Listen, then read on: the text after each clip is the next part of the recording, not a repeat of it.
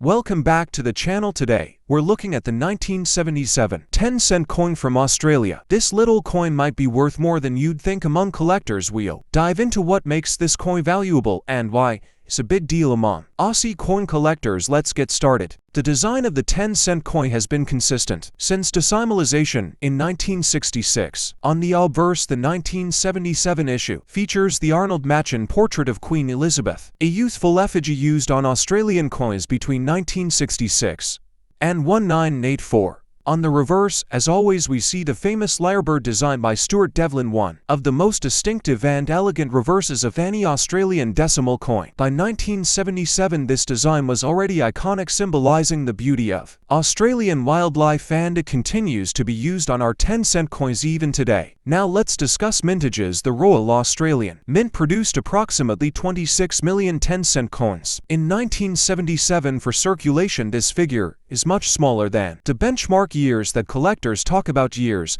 when over 60 million coins were released, creating huge supply and keeping values low. By comparison, 26 million is relatively modest, but it's still large enough that the 1977 10-cent coin is not considered rare. Most Australians would have seen or used this coin countless times in the late 1970s and beyond, making it a very familiar issue. When it comes to value, the truth is straightforward. In circulated condition, the 1977 10-cent coin is generally only worth its face value of 10 cents. Because so many were produced, ordinary examples don't command a premium. However, the real interest comes when you find one in high-grade, uncirculated condition. These can bring values of around $2 to $5 on the collector market, depending on sharpness and luster. And if you happen to have a proof coin from a 1977 mint or collector set, the value can climb significantly higher, often selling in the range of $10 to $25 or more when housed in original packaging. Error coins are another way that a 1977 10-cent piece might become valuable.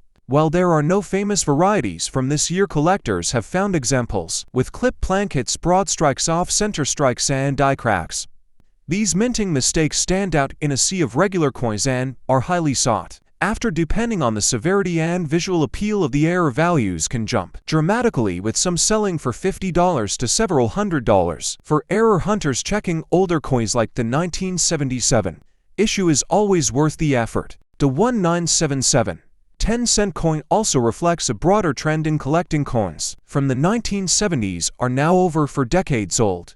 While once considered common pocket change, they are increasingly scarce in top condition. Circulation has worn down the vast majority, and attrition over time reduces survival numbers. This means uncirculated 1977 coins, especially those pulled from mint rolls early and stored safely, are becoming more desirable. Each year, it's a reminder that even coins with relatively high mintages can grow in value as time passes and pristine examples disappear from everyday use. For collectors who subscribe to the Royal Australian Mint's annual coin sets in 1977, the rewards are now clear. Those sets included proof and uncirculated coins that have aged far better than their circulation counterparts. Subscriptions ensured that collectors secured the best quality strikes directly from the mint, and today those pieces are worth significantly more than their face value. This is a great example of why subscriptions remain such a powerful tool. For modern collectors, they protect you from the wear and tear of circulation and preserve coins at the highest grade for decades to come. Historically, 1977 was also the year of Queen Elizabeth II's Silver Jubilee, marking 25 years on the throne. While Australia did not release a special 10-cent coin for this occasion, the year itself holds cultural significance. Many collectors like to connect their coin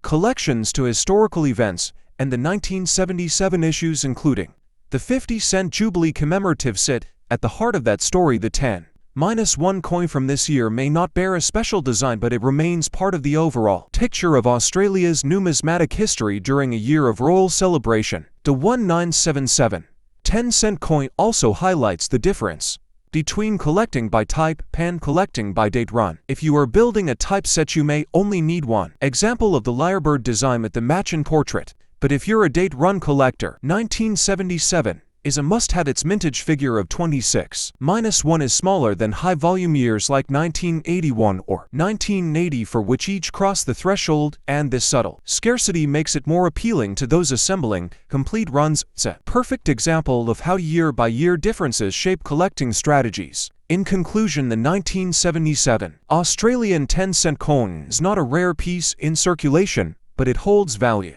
in uncirculated and proof forms ranging from a few dollars to over $25. Error coins can command much higher premiums, and subscriptions to mint sets in 1977 have proven to be a wise investment. With a mintage of 26 million, it's less common than mega years, and its connection to the Silver Jubilee year gives it extra cultural significance. Whether you're a beginner or a seasoned numismatist, this coin is worth a spot in your collection. If you enjoyed this exploration, don't forget to like and join us, because every coin, even the humble 10 cent, has a story to tell. Thanks for watching.